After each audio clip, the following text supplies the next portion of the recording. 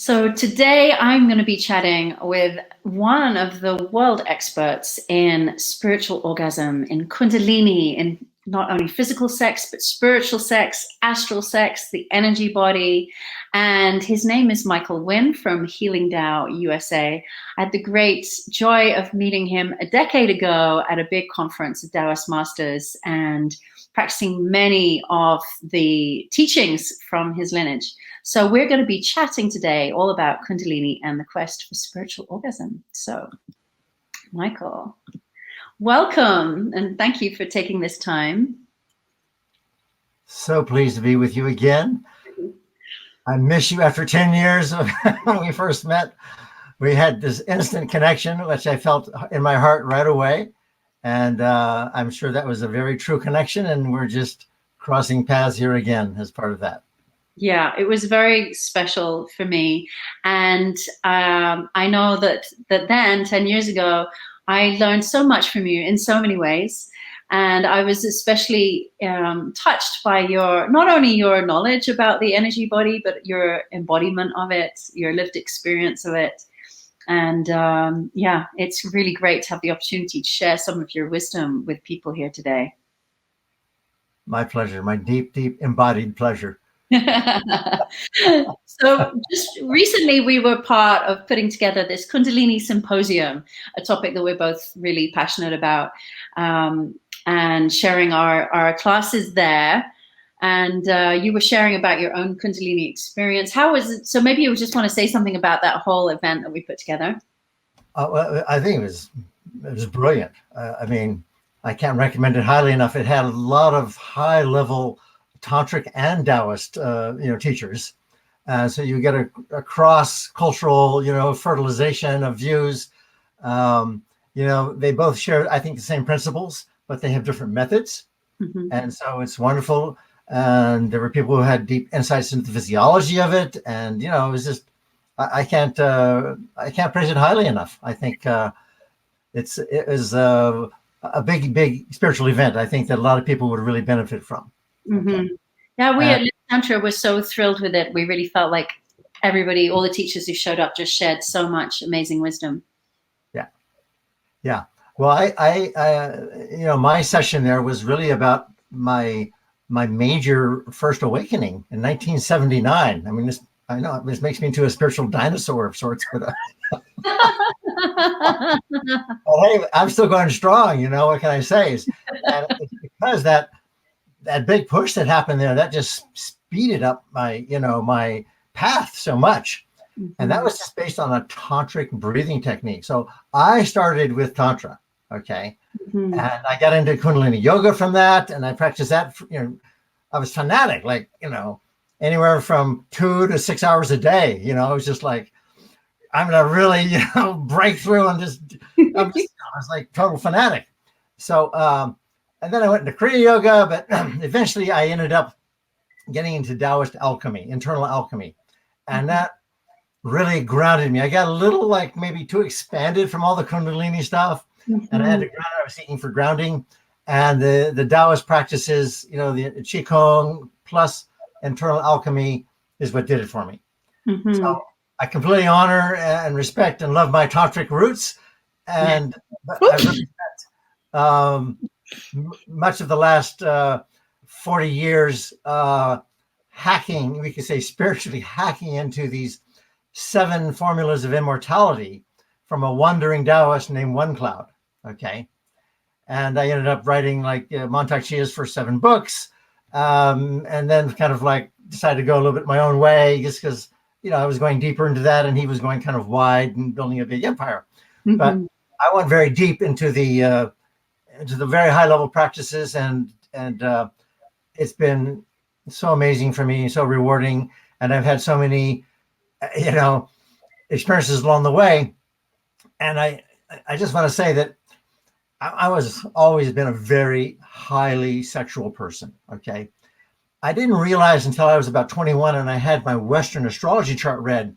And the astrologer goes, "Oh, double Scorpio. Yeah, you probably got some pretty intense sexual feelings." And I go, "Yeah, what's Scorpio?"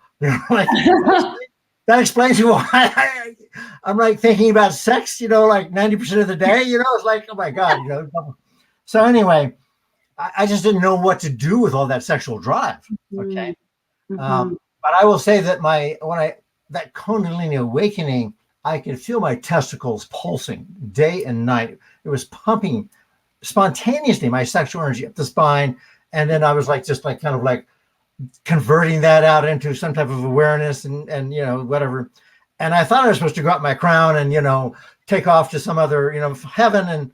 And then that was actually just depleting my energy. And it was like, just, kind of dispersing it out there. And then when I got to the Taoist thing, I realized, I need to circulate it, take it inside the body. And then internal alchemy taught me, I started getting into all the Taoist sexual practices. Okay. Mm-hmm. And that was stuff that I thought you had to go to a cave in the Himalayas for 25 years, to learn that stuff. Then I discovered, no, it's actually just some spiritual science. It's like how to, recirculate your sexual energy, your jing, if you're a male, it's your semen. If you're a female, it's your blood. And, it's just like learn the method and do it. Okay. So what motivated you in the first place? Were you a spiritual seeker, or you were more trying to work out what to do with your sexual energy, or a bit of both? Or had you heard about all these things? Because you were quite a pioneer, right? So it's not like you wrote the first book. So like, how did you even know this stuff existed? What drove you there? Well, now I've always known that my sexuality was connected to all higher spiritual states. I just never doubted that, just because that was my religious experience. Orgasm, women, connection, that was the divine. I just knew that. I just didn't know like how to do it, to make it happen. I read Lao Tzu in college. It was like nice poetry. It was like, how do you do it? Mm-hmm. So I just kind of blew off the Taoist thing at that time because I didn't have any practical spiritual science to go with it. And then I had the tantric experience, that was off in Africa at the time. And I recount that in the Kundalini conference thing. I recommend people just get that in and listen to that whole hour. How I explain exactly how I did it. Anybody else could do that. Okay. But I do want to make the point. You don't have to have a dramatic Kundalini opening. I had like atomic bomb going off, like a cosmic orgasm. Okay.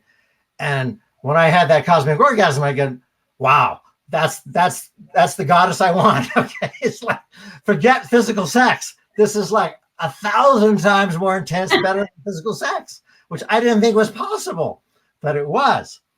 And so that started me on the path of energy body and having astral sex and all this other stuff.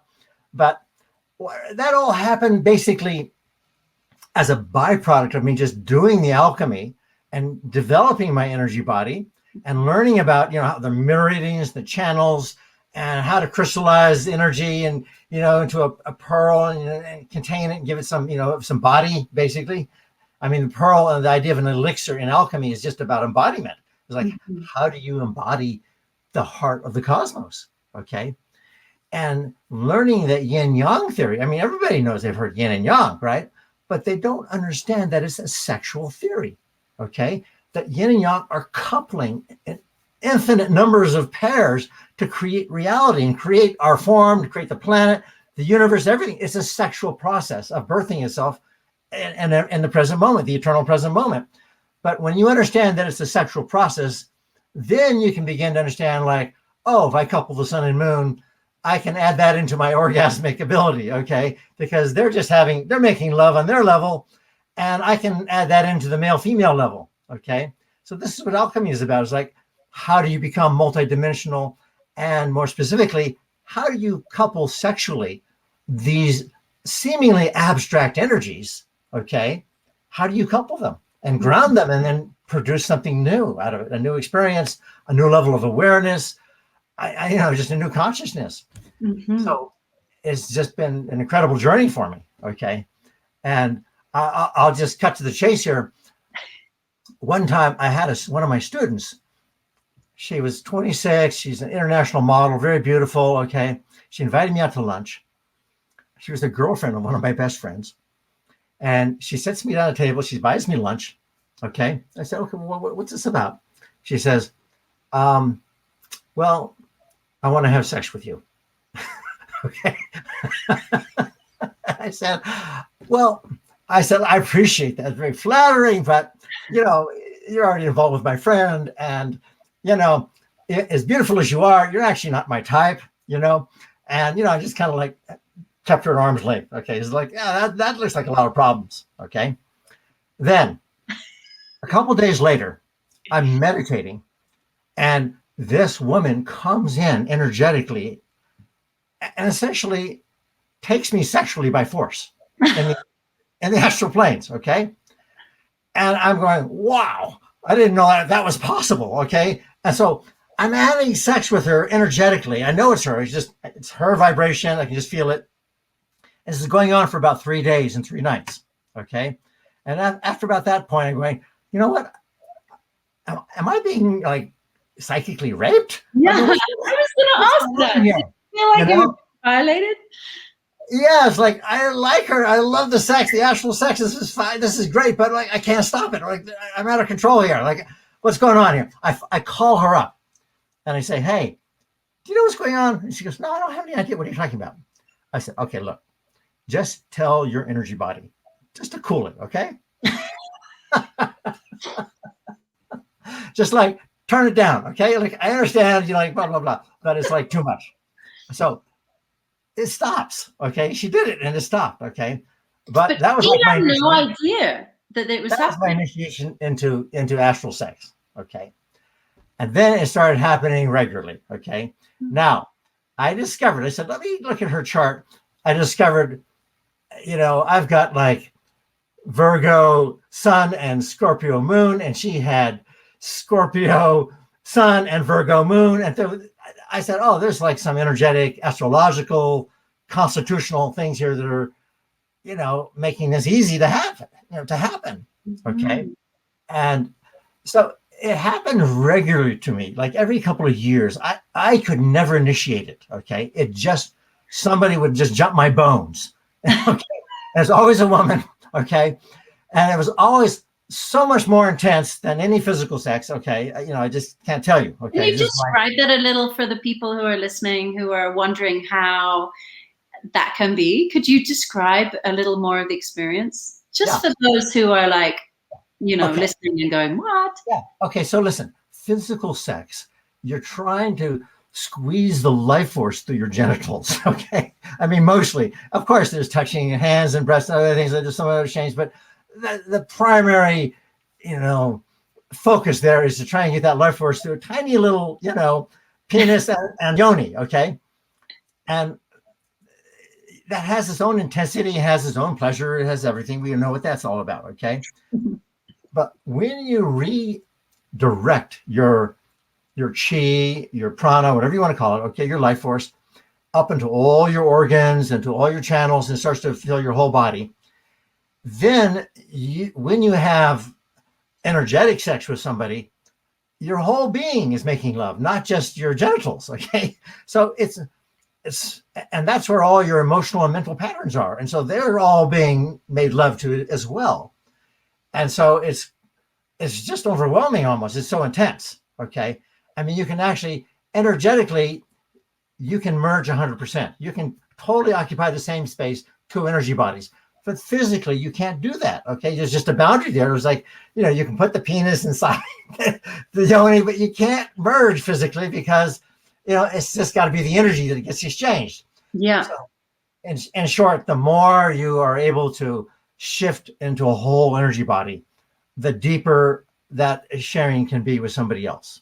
But how do you think it was with this first woman? Because she wasn't an energy master and she didn't intend or even know. So what's that? Is that like our energy bodies are busy making love with people without us knowing? Do you think just the desire to have sex with someone is going to start sending your energy body their way? Great question. One that I've asked many, many times. Okay. So here's my answer. Okay. After finally getting some skill with this and seeing it happen many times, and then, you know, being able to actually to go in and actually not necessarily initiate astral sex with somebody, but feel their energy body and their insides at a distance. Okay. And know like, okay, what's going on in them. Okay. Which is Not the same thing as having actual sex with them, but it's very intimate still. Okay. Mm-hmm. Anyway, here's what I concluded. Okay. What we call the energy body is just the tantric Taoist name for the Western soul. Okay. So you got a personality there's a soul, and it has various energetic layers to it, and it gives birth to the slowest vibrating body, which is the physical body. Now, the physical body is actually part of the energy body. We should understand this. There's no hard split between physical reality and all these other energetic levels of ourselves. Okay. It's just a continuum. Okay. And then beyond the personal energy body, you start getting into, cosmic levels of the energy body of the earth, the energy body of solar system, the energy body of the star system, the zodiac, and then, the energy body of the cosmos. So we're all part of all of that, but mostly it's happening, vibrating too fast. And our slow personality doesn't know what's going on. We're just like focused here on the physical plane. All those other levels of energy are pulsing into us every moment. And the thing to understand is that these energy bodies are inside of us. They're not out there above our head. You got the crown chakra. That's physical space up there. The sun, moon, the stars, that's all physical. Okay. So that's a big illusion that you have to go out of your head to get to the high place. You have to go inside. Okay. And that's where your layers of your energy body are. You have to crack them open energetically, just raise it, get them to start circulating. But here's what I concluded about, to answer your question, that physically we have boundaries and we have to respect boundaries. There's this whole protocol about, am I safe with you in my body and blah, blah, blah, blah. Okay. The souls do not give a damn about that. There is no boundary there. They're in the energy planes. It's like a dream plane. And they just go, oh, wow, we can do anything here. And everything's permissible. It's just like, what's attracted to what? Okay. And so this is what happens, is that this woman started a resonance with me, and her soul goes, you need what he's got. I'm sorry. You were right, but you can't have it physically. So I'm going to go get it for you on the soul level. So her soul jumps my soul, and my soul goes, yeah, this is fine. Yeah. Scorpio sun. She's a Taoist. She's training. Yes, it's okay. And lets her in. And so I realized I let her in. It's like, there's no blame here. I can't accuse her of raping me. And in fact, I allowed it. Okay. Yeah. And on some level, I just wasn't conscious of it though. Later on, I started getting more conscious about this, and, so we don't get astrally raped. I've had that experience too, and feeling that you can choose to let energy in, even if you can't quite identify who it is or what's going on. You can feel when it feels good. Your soul knows, your being knows it's the color of good. You can let it in. Just in case people are listening and worried that they're going to get energetically violated. And well, let me say this. For the personality that is so limited, to have comprehension of a more limitless plane while feeling safe, because in the more limited realm, those boundaries are needed. Yes. So I just want to. Yes, absolutely. Well, let me just say this. What's dangerous, okay, is internet porn, okay? Because what's happening is you're going there and you're looking at somebody, you don't realize that this place is swarming with astral entities that are feeding off of your sexual energy. Okay. This is not like having astral sex with them. They're just eating you. They're just going, oh, you're getting aroused and you're watching this stuff. And it's a very, very powerful entity. I call it the internet sex beast. Yeah. Okay?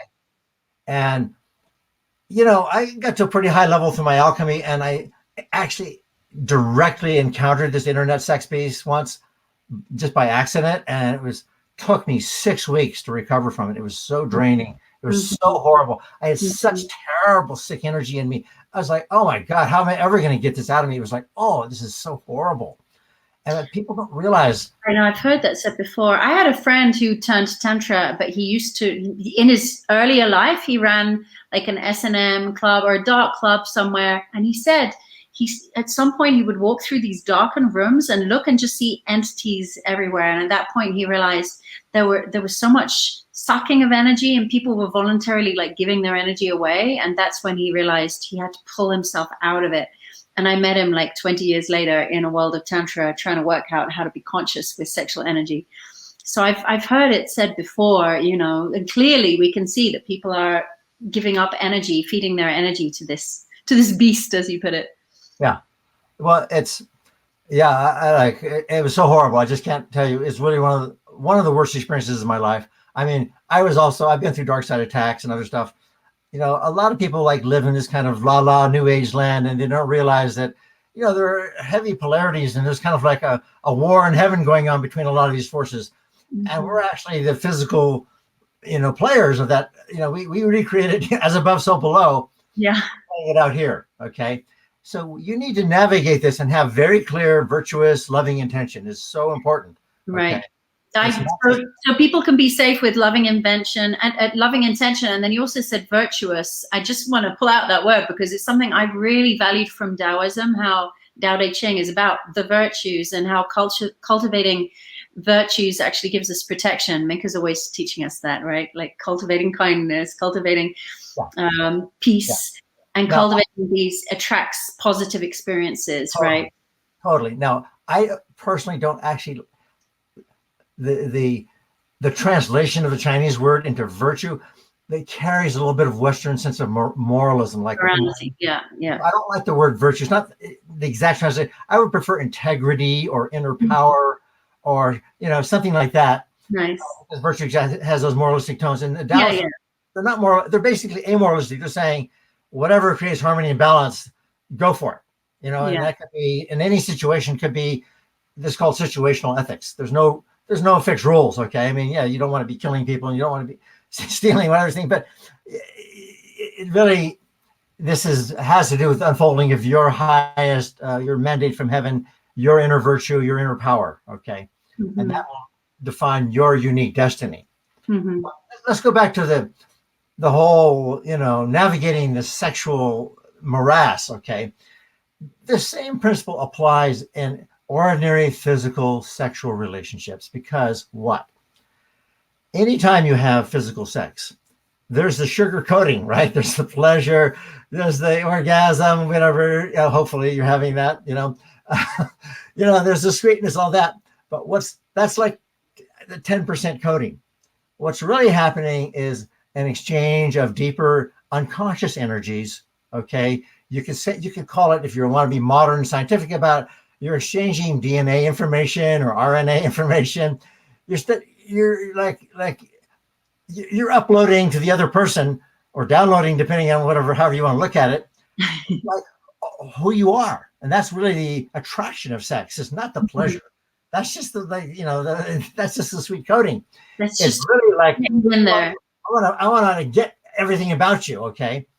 And so, unfortunately, there's a lot of garbage in that information, okay? There's a lot of trauma, there's ancestral patterns, karmic patterns. I mean, humans we're complex. We have many beautiful, spiritual qualities, and we've got all this garbage. And it's our job to come here and kind of clean up that garbage, and then, go home and say, hey, look, I cleaned it up. Look, how do I, oh, good. You brought something back valuable, cleaned. Okay. You're not just dying and your garbage does not go back to heaven. Okay. It does not get recycled because it's not purified enough, and it just stays here waiting for another soul to come in and pick up and clean it up for you. Mm-hmm. So that's why it's so important you do your work, so you don't leave a lot of psychic trash behind. But when you have sex, you are sharing that deep stuff. So this is why I tell my students, promiscuity is a two-edged sword, okay? Sometimes you want to taste different flowers and smell the different essences, and you learn from that, but you got to be prepared for the fact you're taking on a lot of extra spiritual work to clean up that psychic garbage that you're taking on from your partner. Mm-hmm. That's why when it's just astral, because, I heard a teaching once that when it's physical, it's stronger. Like as soon as there's physical penetration, there's more exchange of the garbage, as you put it. Like the ancestral chi is very heavy, and so more of it is carried in the secretions and the physical sexuality. And I assume, that the energy body is lighter. So do you think there's a difference there? I think that's a great question, Shashi, and there are probably only a few people on the planet as smart as you could ask that question. Okay. So that's why I love talking to you. Okay. You know, it's like we can go there and just like, you know, really dive into these things. It's fantastic. So I think you're right. I think that the physical sex brings out the stuff that's stored like in the deep cellular tissue level. Okay. That's really unconscious and that's really hard to get out. Okay. And that when you're doing your whole energy body, it's like, yeah, that stuff is there, but it's kind of like blended with higher spiritual vibrations and all kinds of other energies. And so it's, I agree with you. Okay. So we can actually be energetically promiscuous more safely than physically promiscuous. I think it's actually something that like I've discovered in the Tantra world, that sometimes you just hug someone and you kind of have an energy orgasm. And it's so great because something shifts, something moves, something heals, but you didn't have to go so close together. You didn't have to merge right in that deep karmic level, but something might just kind of resolve and it feels nice. And you have a nice energy orgasm, and, you know, something I think is really healthy in the tantric world that I think would be great if the rest of the world had more of that. That is exactly my experience. Okay. It's like, it's much cleaner. It's like, hey, let's just exchange our energy. And then like, we don't necessarily have to worry about our worldly destiny together and all the struggles that go along with that. Just your career, your geographical location, your family, everything, all that stuff. You don't worry about it. It's just like, let's just get to the essence here. Let's just exchange. Let's love each other. And then thank you so much. Okay. And then you know, and maybe that goes on for a while and maybe it doesn't, or whatever, you know, it's just like it has its own life. Okay. But on the other hand, I'll tell you, it's almost irresistible when you're starting to have an energetic sexual connection with somebody. Most people, and I've counseled a lot of people about this. Okay. Almost all unrequited love, okay, is like when somebody's obsessed with somebody else and the other person is kind of like looking at them like who are you? Okay. Yeah. That is, one person is feeling the soul connection to the other, and the other one's like in their personality and they're going like, you're a nice guy, but we're, you know what, I don't care, like, you know, I'm not interested in a relationship. But you're open on the soul connection to them. So that's why you're so obsessed with it. You're like, wait a minute, you can't see all this stuff is happening on the soul level? No, they can't. Okay. And what happens is that people want to ground that. They want to have the physical sex. They want to have the love, the romantic piece of it to ground it, essentially is what's going on. But I just tell people, I said, forget it. Okay. If someone's not on the same frequency as you, it's not going to happen. It's not going to work. And you're just going to frustrate yourself and just like obsess and you know, project all this energy and all this other stuff, and it's like becomes like a nightmare. Okay. That's what unrequited love is. It's a kind of a romantic nightmare. Okay. Yeah. But you know, like after I had a partner of who I met at a Taoist retreat. Okay, this is kind of along the lines of what we're talking about. Her name was Joyce Gayhart. Okay, and I've got a whole section on my website about her. Okay, but like in 1982, at one of the early internal alchemy retreats. Okay, she was this woman 10 years older than me, blonde, not my type. I like dark haired. Okay. But I walked up to her and I was like, oh, she had all this interesting, she Feldenkrais work, she was doing all this interesting stuff. And I just was casually talking to her and I put my hand on her spine and I heard the music of the spheres. I'm going, whoa, wow, I got some spiritual connection with this lady. Okay. And I didn't match, nothing was there on the physical, like, you know, my ordinary personality expectations or anything like that.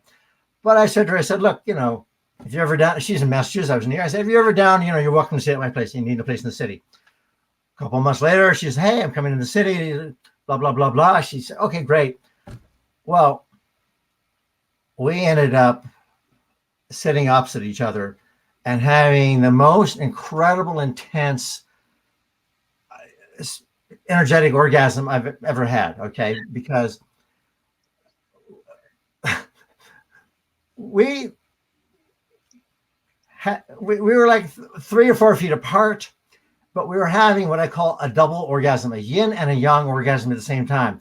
The yang orgasm, we were expanding. I could see galaxies. I was going out past the stars. It was like, it's just we were just like becoming the whole cosmos. And the yin orgasm was, we were just like into each other. Okay. Like deep, just into each other. I was going, wow, this is impossible. Like, how could this happen?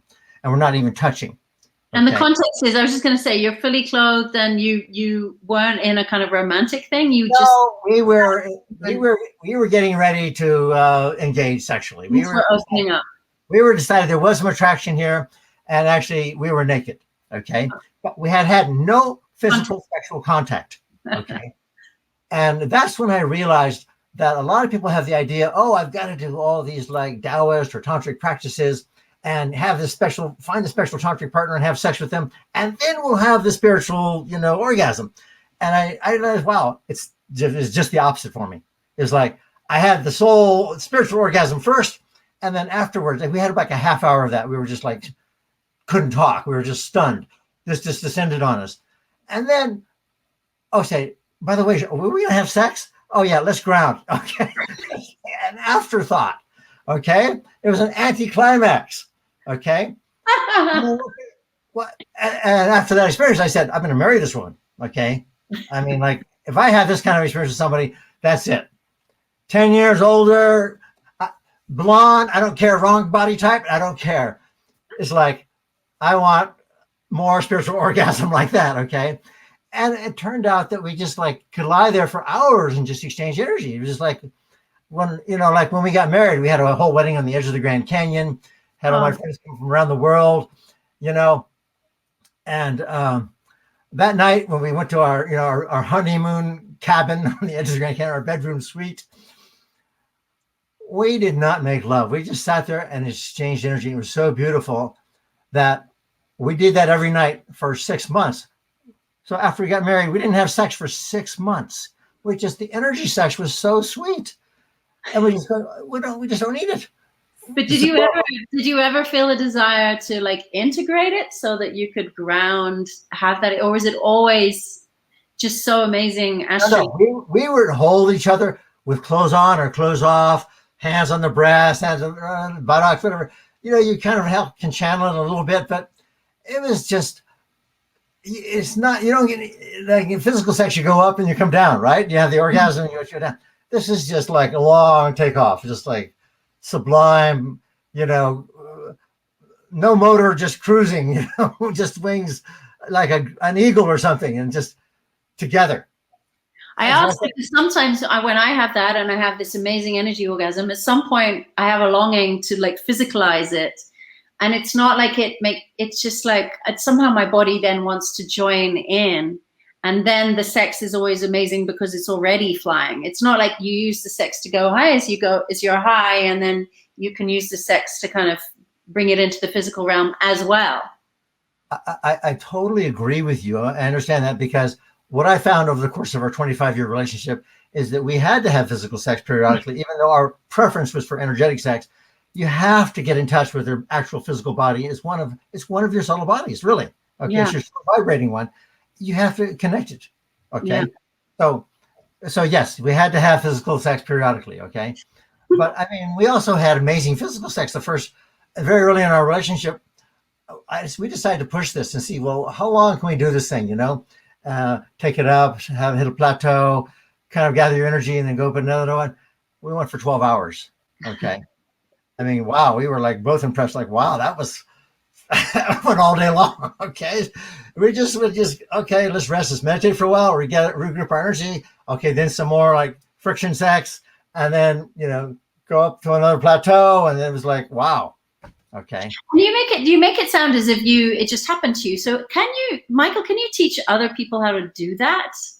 Like, I'm sure people are listening and thinking, oh, I want some of that. But it also sounds like it just happened. And it just happened that this woman came along. And so then maybe people are listening thinking, is there anything we can do? Or is it just grace? Do we just have to pray for it? But yet you were Sika and you were doing, and so was she. And so somehow there was some intention that you had. There was some part of you showing up and doing practices. And I hear there's a part that's just like grace happening. So how do we navigate that? It's a bit frustrating if we're told we just have to wait for it to happen. Well, I guess I would just say that if you're a dark-haired woman, just send me your phone number and we'll talk. Just kidding. Okay. Just joking. So, of, of course, that's what I've been teaching people. Okay, is like how to do this. Okay, it's energy science. Okay, I call it loving energy science, and I use that term very broadly, inclusively.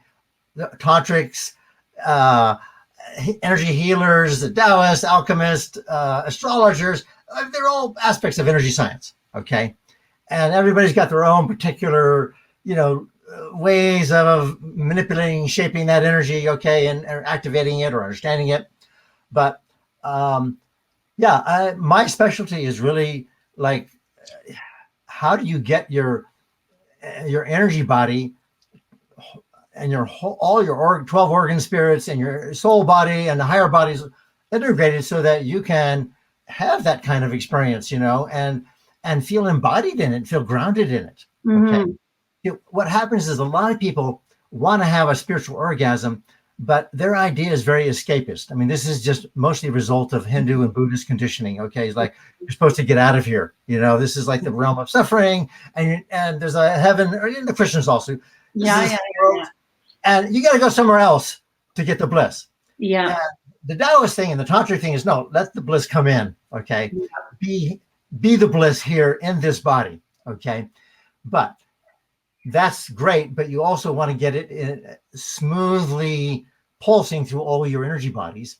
And then you can start to make love with the cosmos or with somebody else in this cosmos. So that's really what I train people in. That's what I do. Okay. It's like good. So I'm just glad to hear that people can train, and I like what you said, that like you're kind of preparing, you can do groundwork and connect, and then be able to receive a more profound experience when it comes, because that's the important thing, right? Like everybody wants the mind-blowing experience, but if your system isn't ready for it, it's actually just going to like overwhelm you. So we need to do the preparation. The first level training is actually to connect your everyday sexual desire and energy to the Earth's energy body and get that grounded. So Earth's energy body is like incredibly sexual and pulsating and creating like 50 billion species. I mean, Mother Earth is like, she's very sexy. The goddess of goddesses. Oh God, she's very sexy. It's like nobody else is like creating this many life forms. You just look around the stars and the planets, they're going, no, this is it, man. Like, this is the richest, most fertile, sexiest planet anywhere ever. Okay. So if you can connect into her heart womb at the center of the planet and get that pulsation coming up into your body and connecting to your sexual energy, wow. I always say nature Shakti is the Viagra. That's all you need. Just go and like breathe and do Qigong with the earth and make love to the earth, and then you'll always be fired up. I think the biggest loss is living in a lot of concrete and living in a big city and being cut off from that. It's a disaster. It's a real disaster. Well, listen, if they get that Kundalini conference package, I actually, at the end of my session, spend 15 minutes teaching people deep earth pulsing into the heart of Gaia and, into her heart womb at the center of the planet. So that method is right there for anybody who gets that package, and that's one of my favorite practices. It's so simple. You're just like pulsing your energy body in, and it clears your ancestral channels, mother and father channels, left and right side of the body. Most people don't realize that almost all their stuff is just parked and these channels there and waiting to be activated by somebody who comes along. Well, if you clear that stuff out, then you don't need to go through all those side alleys and all those detours and all that slow motion suffering. You're just like, alchemy is like it's the fast path. It's like, hey, I want to clear this stuff up now. So, yeah. I wonder if you feel to share one thing that really touched me. Before I met you, we have a friend in common, Andrew Fretwell, and I was working a lot with him.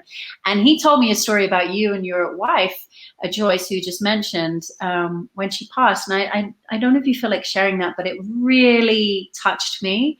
And it really supported me in many ways and things that I was going through. So I wonder if you'd like to share a little bit about that. Well, sure. I mean, anybody could go to my website, the Healing Tao, that's TAO, USA.com. And there's on the menu of products, there's Joyce, Gayhart, and she's got her own page. And all the letters I wrote at the time, basically to explain to my friends, family, students, like what happened, because it was like so amazing to me. You can go read those things. But the short story is that she healed herself of breast cancer, which is caused by a car accident where they gave her 300 doses of radiation, but it took like 14 or 15 years for it to mature. And so it came in under the radar kind of, and then she cured that, but then it jumped to her brain and she died of brain tumors. Okay. Oh. So, but like we are totally merged, 25 years of energy body, sharing. Okay. Mm. And even 2 days before she passed, the heavens opened up. I heard the music of the spheres, it's like incredible. I go, okay, she's getting ready to go. And I said, the portal's opening. Okay. So I was ready for her to die. Okay. But 25-year relationship, that's a lot to let go of. Okay. Deep energetic sharing. And so she passed. Okay. And I didn't have her in hospice. I didn't want all those other people's energy there. I kept her, in our house, in our bedroom, and, like I do Chinese medicine, and I read her pulses just to make sure, like 12 pulses on the wrist. Those are all the organ spirits. And there was no pulse. Okay, great. That's all of her organ spirits have departed. That's the personality. And then I took my fingers and I pushed it deep into her navel. Okay. And I go, wow, wait a minute. There's a pulse there. I couldn't believe it. I said, whoa. I said, that means her soul is still present. Okay. The personality is gone, but their soul is still in the body. Now, I had one of my students is an MD. He was coming over to pay his respects to Joyce. And I said, Doc, just put your fingers in there and just tell me if I'm hallucinating or not. But like, what do you feel? Put your fingers into her navel center. He puts his fingers in and he goes, well, there's a pulse. Okay. So wow. That night, I get, you have to understand, it's like when you're that energetically connected with somebody, it doesn't really matter if the physical body is there or not. You're still energetically connected to them. Yeah, she's still hanging around. Her soul is still in the body and it's right there. And so it hasn't like gone off to wherever we go after we die. That depends on who you are, right? But so I get instructions from her, guidance, and like, okay, we're going to do a heart transplant thing. And I park it so that my crown is pointing right at her crown. I had to like put up a bunch of pillows and, cushion and stuff and everything. And her head was right, to my head. And then we did this kind of like meditation between us, okay, our heart to heart, okay, for 3 hours, okay. We just did this deep exchange, this soul exchange, okay. And then like, I just like went unconscious and I fell asleep. I woke up in the morning and I was like, did I dream all that? What happened? And then I looked and I go, no, I'm still lying in that position. And there's her head. I said, wait a minute. No, that really happened. And then I noticed that I did not feel any grief at her passing. None. After 25 years, it's like there was no grief. I said, how could that be? And I realized that, oh, I have her heart inside of me. That was like part of the ceremony. It's like, there's no separation. Why should I be grieving? I was like, her heart essence came into me. Okay. And so I created an altar inside of me. The Chinese do this for the dead. They have an altar, like, where you can make prayers or flowers or offerings and stuff to the ancestors. So I just created an ancestral altar, inside my heart, and she was there. And so there's no separation. And then I had to explain to all my family and friends, like, folks, I'm not grieving. I'm over. I'm done. It's like, yeah. It's like 3 days after she died, I finished, I complete. And like, everybody's going, what are you talking about? How can that be, But that's why I wrote the letters and everything on my website to try and explain, like, what's going on. And so then it gets even more interesting, though. Okay. This is the most incredible spiritual teaching in my entire life. Of course, I didn't tell you one part. When the heavens opened up and I heard the music of the spheres, I knew she was going to die. This woman floated in. Dark brown hair, right? Just like my type. Okay. And kind of European looking. And I couldn't quite figure. I said, who are you? And she just stared at me for 2 minutes. Okay. And then she disappeared. Well, I thought, oh, maybe like Joyce is like showing me like my next partner already. She's going out and like, here's my new partner coming in. Well, at my retreats that summer, this woman shows up. I'm going, wow, that was fast. Okay. And I think, here's my new partner, right? Because I like wanted to ground and like, I wanted to move on. And like, I had been having these visions from a child saying, be my daddy, and I'm saying, okay, I'll find this woman who's going to be, the mother. Well, to make a long story short, what I discovered is through a series of similar experiences, it's very similar to this one, very intense synchronicities, and these were not my partners. These were people from Joyce's soul group. These are from her oversoul. They were all like using her portal in me for healing, basically. Okay. And they're coming to me for healing. Mm-hmm. And so it was like I had this nighttime spiritual job healing all these women who were coming to me. And I kept thinking, oh, you're the next partner. Are you my next partner? None of them were my partner. They were all just out of her group, her soul group. And what I really got from this whole experience was that, when we leave here, we merge, our soul goes back into an oversoul group. And just like we have 12 organ spirits, there's 12 oversouls. And this is the kind of half of them goddesses and half of them gods. This is the cosmic male, female. These are the 12 gods of Mount Olympus, the 12 signs of the zodiac. It's like embedded in time, 12 hours. This is the archetype of 12. Okay. But these are all coming down through her oversoul, which we already knew. We had already determined we had different oversouls, and that we were kind of joining together here on Earth and creating some higher harmonies at that level as well. Mm-hmm. But this is an incredible teaching for me to get in touch with that oversoul energy and see how it worked, and how it's basically why these souls can just come in on you and say, like, they're trying to get evolved. They're trying to like advance. Okay.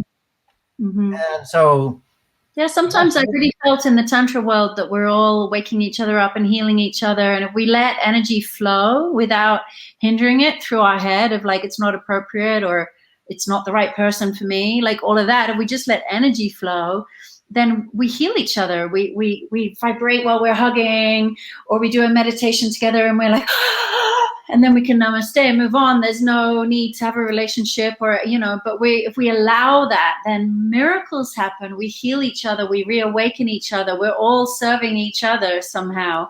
But it's very taboo and strange to the mind and to culture to just be kind of energetically orgasmic. I remember a woman on one of our symposiums saying, she just met up with, I think, an ex, someone she hadn't seen for years. And when they met, they both went into energy orgasm. And her husband wanted to divorce her because of it. He's like, oh. And, she's fully dressed. She didn't choose it. It was involuntary. She just allowed it. And, we kind of feel the inherent rightness of it when it comes, because it feels like it's healing. It feels like it's love returning. It feels like it's resolving. We know that it's good. We know that it's doing us good, and yet culturally it's very taboo, and we don't have any understanding of it. And we're used to intentional sexual things. So when it's unintentional and it just happens, I don't think we have enough of a conversation about that to really make it okay.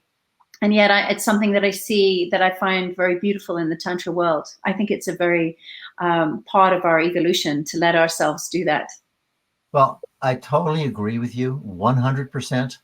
And just note, the highest principle of the Tao is called Wu Wei. Wu Wei means spontaneous play. Mm-hmm. I mean, you don't force things to happen. You don't over control them. You just let it come through, and then you kind of shape it and play with it as it comes through. It's exactly what you're describing. That's why I say the Tantrics and the Taoists, they're on the same path. They're just using slightly different cultural modalities, okay, and some different methods, okay, but it's the same path, okay. Mm-hmm. And my goal, in fact, is to support the integration of worldwide Tantra and Taoist, instructors and sharing of their spiritual technologies. I plan to create a foundation called Gaia, Global Alchemy Institute and Allies, and which is going to help. I have a very wealthy friend who's going to be, he says he'll be funding it. Just to support instructors and making it, a better livelihood for them, so that they can, I mean, this is what the planet needs, okay, and it's undervalued and underpaid, okay. Mm-hmm. So I'm out to change that. Yay. Me too. I think it's so important. And, I see how all these topics, so many people are interested in, it's just not available. It's taboo, it's, I think it's tremendously helpful for people. I'm so grateful for you for sharing your stories here today. To wrap up, I'm thinking if people are listening to this, they're going to be blown away like I was when I first heard about you. Is there one practice, you mentioned the deep earth pulsing, is there any other one practice that you would recommend people to do who are feeling a call to like allow this kind of energetic experience, or maybe people who are stuck in the physical sexual experience and want more? Is there one? I know there's so many practices, but one bit of guidance. Yes, there is one. No question. It's the number one recommendation I have, because I know from teaching all these formulas of alchemy, for decades, okay, and hacking into them, there's one practice that you find at every formula at every level, okay? And yes, it gets more and more cosmic, but it's the same practice, and it's called the inner smile. Okay? And I wrote a whole ebook on this, 120 pages and 40 illustrations, which if people go to my website, they can download for free. They just sign up for the newsletter. They'll get that ebook sent to them free. Great. That's on the healingdaousa.com site. But this is a lot of people think that they're failures at meditation because the Buddhists have told them, oh, you have to stop your mind, you have to stop everything. And that's total BS, okay? And it just sets up people for failure because they can't stop their mind, because chi is flowing through us all the time, and there's patterns and emotions, feelings, thoughts, sensations are always there, okay? So the inner smile is really just completely can be customized however you want to do it. But you really start by going through the body, the organs, the spine, various energy channels, and just unconditionally loving them. It's a form of self-love, of practical self-love. I mean, everybody goes, well, how do I love myself? Like, what do I do? Do I go see my therapist? I look for someone who's going to mirror it back to me? No, you just smile inside and just say, I unconditionally accept who I am at this moment. You don't try and heal anything. You don't try and change anything. Just accept what is there. And then it will spontaneously start to change. And then you go with that. That's the Wu Wei, the spontaneous play thing. So the inner smile is the premier method for doing that, okay? Coupled with movement Qigong, like deep earth pulsing. There's so many other forms that are great. The primordial Tai Chi is one of my favorites, okay? That does alchemy, inside the form. But the inner smile will empower all of them and empower you. If you can't love yourself, if you can't accept yourself, your own chi, how are you ever going to be able to capture and hold the chi from other people, lovers, or the universe?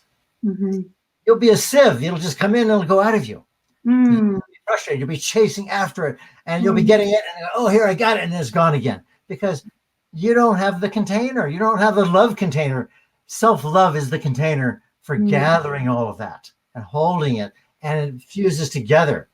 It's so beautiful. It's so simple. Everybody knows how to smile. You just have to take the outer smile and turn it inwards. It's so easy. But, I love that. Yeah. I love your description as well of like how you can't gather energy until you love yourself. That's really beautiful. Wow. We've like gone over our time that we intended, and I could still talk for hours more. I'm so grateful for this conversation.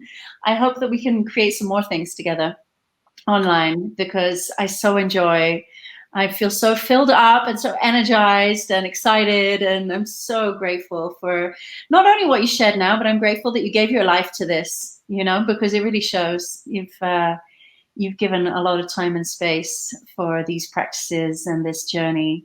And thank you so much for sharing it with everyone here. Thank you, Shashi. You are doing fantastic work in the world. I bless you. I bless all your students. I bless the whole community, Tao Tantric community, and I look forward to all of our future sharings and growing this together. Thank you. I love you. I love you, appreciate you, and you know, I'm sure that our energy bodies are doing a big wild. They're having a dance up there.